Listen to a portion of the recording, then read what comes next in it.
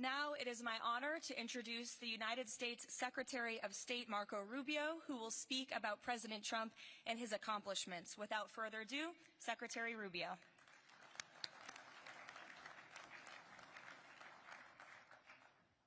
Thank you very much. It's an honor to be here today. It's an honor to serve as the Secretary of State during a historic presidency.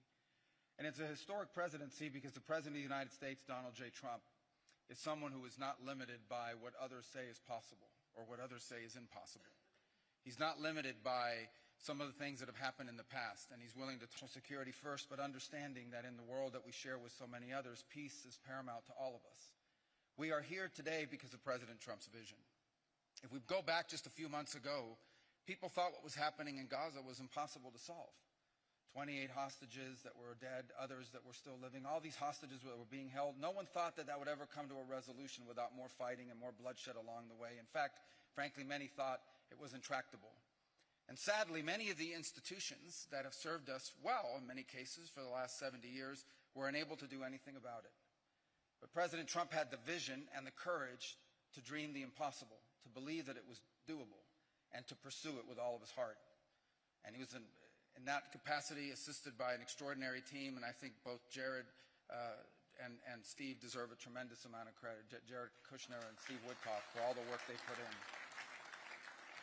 And all of our partners here today. And now we have this Board of Peace, who I believe's possibilities are endless. Obviously with a focus, first and foremost, on making sure that this peace deal in Gaza becomes enduring.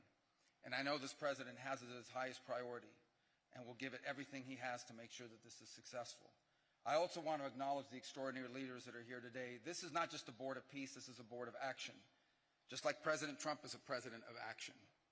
A lot of times people like to give speeches. I've been to many of these forums, and they're not useless, and they're not, they have utility in many cases. But oftentimes in international affairs, we often find ourselves at events where people are reading these scripted statements, these strongly worded letters that they put out, but no action. Nothing happens. This is a group of leaders that are about action. And the President of the United States is a president of action, of getting things done. And today is the beginning of that, of a new era and a new stage that we think is so important as a model to the rest of the world of what is possible. And clearly the focus is right now on Gaza and making sure that the plan that's about to be presented to you here today, this vision for the future of Gaza, this vision for the future of the region, is not just possible and promising. It is our destiny if we put the time and the effort that it requires, as I know this board will do. But I also think it will serve as an example of what's possible in other parts of the world. Without losing focus on what's before us now, this is what's possible for other places and other conflicts that seem impossible to solve right now. So I want to, on behalf of the United States, on behalf of the team that worked so hard on this, thank every single one of the leaders that are here today and all the countries that have committed to joining, and many others who are going to join. Others either are not in town today or they have to go through some procedure internally in their own country because of constitutional limitations. But others will join. Many want to be a part of this effort because it is going to be a successful effort.